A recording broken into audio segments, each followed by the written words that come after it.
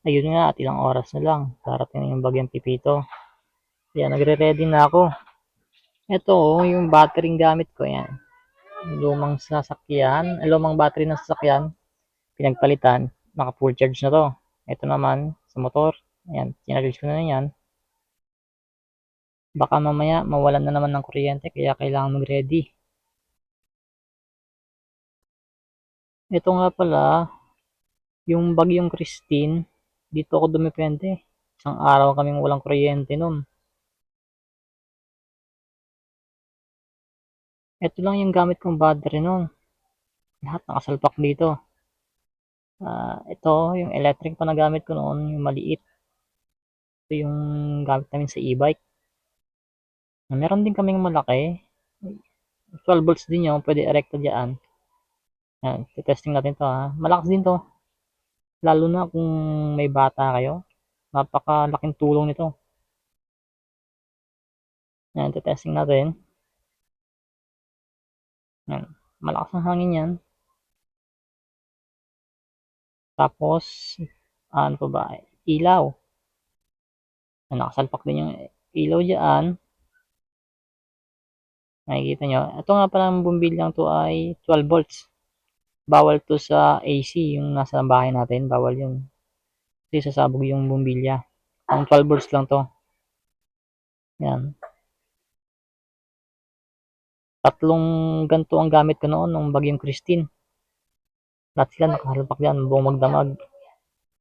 Kasi alas 10 ng gabi, nawalan ng kuryente noon. Hanggang kinabukasan, ng gabi pa bumalik. Tapos ito naman sa charger, itong gamit ko. Yan, sasalpak na yan sa battery.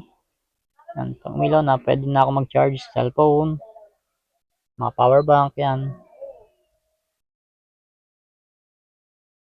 Nung nakaraan kasi kay Christine, bagyong Christine, ayun, lobat lahat ng mga cellphone. Nandito ako mag-charge. Malaking tulong. May internet din kami noon. Kasi yung modem nakasalpak din diyan. Kaya meron kaming wifi na ginagamit noon. Hindi kami nawawalan ng ng internet. Tapos, kapag naubos naman to, meron pa akong pangreserba. Yung battery ng e-bike,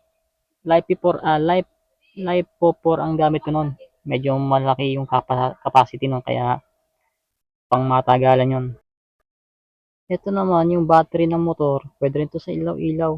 Maliit na lang capacity nito, pero swak na swak nito sa mga ilaw-ilaw. Yan o.